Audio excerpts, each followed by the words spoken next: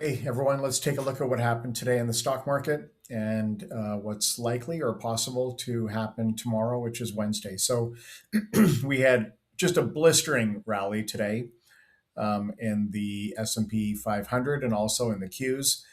Now, there's a little bit of a tell here. So yesterday I said that there's a very likely target to hit this all-time high and also this 200% extension of this impulsive down move. So we obviously blew through both of those. So, but the interesting part is that the open is right on that line of the all-time high, and it didn't go below; it went straight up. That's a tell. So when the market opens above a level or below a level, it means, in the case of it being above, it means that it's ready to go. It's gapping over the resistance line, and it's just going to keep on going. Meanwhile, if it opens below an important level, again, it's gapping below support and just going to keep on going. So, and that's exactly what it did. We had a very, very strong push today. We did have just a little bit of selling come in at the end of the day, but already in the after hours, it's already pushing up a little bit. So, also, these white dots indicate when the 15-minute candles are closing above the 2 standard deviation Bollinger Bands. So we are definitely extended. Now, this didn't just start today. We had here, it closed above the Bollinger Bands at that point. At the end of the day yesterday, excuse me, it closed above the Bollinger Bands there as well. And then here it's done it again. So this doesn't mean that it's going to end. It means that we are extended and we're in a very strong impulsive drive. So this is going probably higher. We have a strong green candle. So let's remove some of these things. We don't need these things anymore. This Fibonacci extension we don't need anymore. So the question is, how far can this go? Well, let me hide this here. Okay, so that Fibonacci tool that we just used a second ago can be used before we just did it on this impulsive move here, these 3 candles. But again, it blew right past that target. So let's do the entire move, which is from this candle down to this candle. Now we actually have 3 of these that we can pick from. This is one, and here's another one. So let's do that one, which went all the way down here.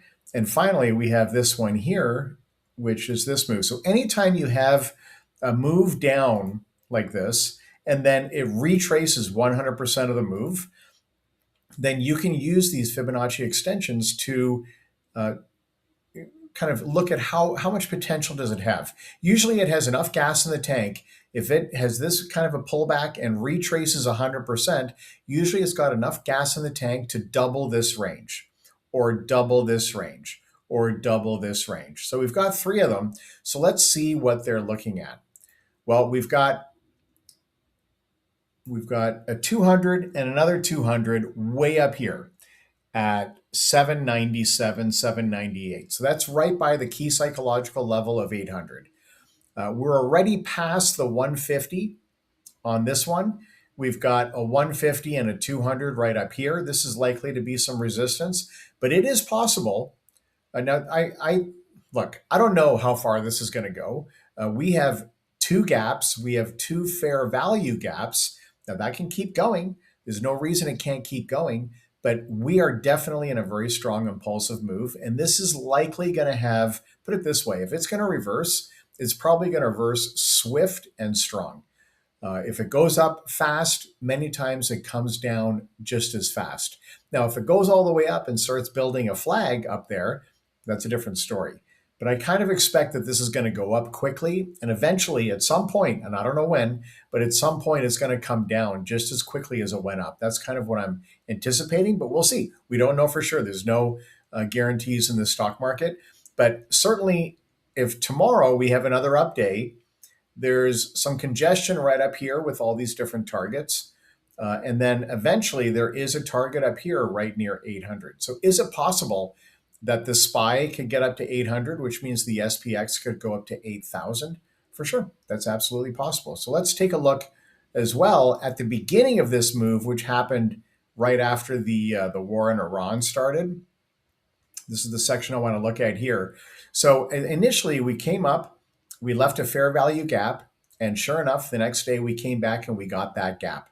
We didn't fill the gap, but we go, so that this white dot is the exact midpoint of the low of this candle and the high of that candle. So these dots show up when there's a fair value gap. In other words, when there's a space between the low of candle 3 and the high of candle 1.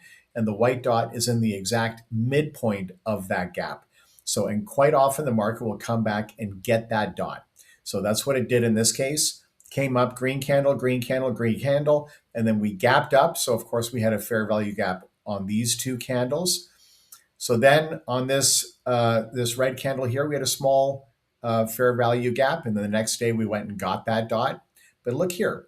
Here we had 1 dot, 2 dots, 3 dots, 4 dots. So the 5th one was taken on this candle and also on this candle. But these first 4 were not. So, or rather these first, let me see. Yeah, 1, 2, 3, 4. So these 4 were not taken. My point is that you don't know that the market's going to come back and get all these dots. And quite often when you have an impulsive move, it will come back and get some of the dots, but it'll usually leave at least 1 or 2 at the bottom, which never get tested. And that's actually a bullish sign. So we'll see what happens. I don't know how far this is going to go. It's very impulsive. We've got good volume. I'm expecting higher highs tomorrow.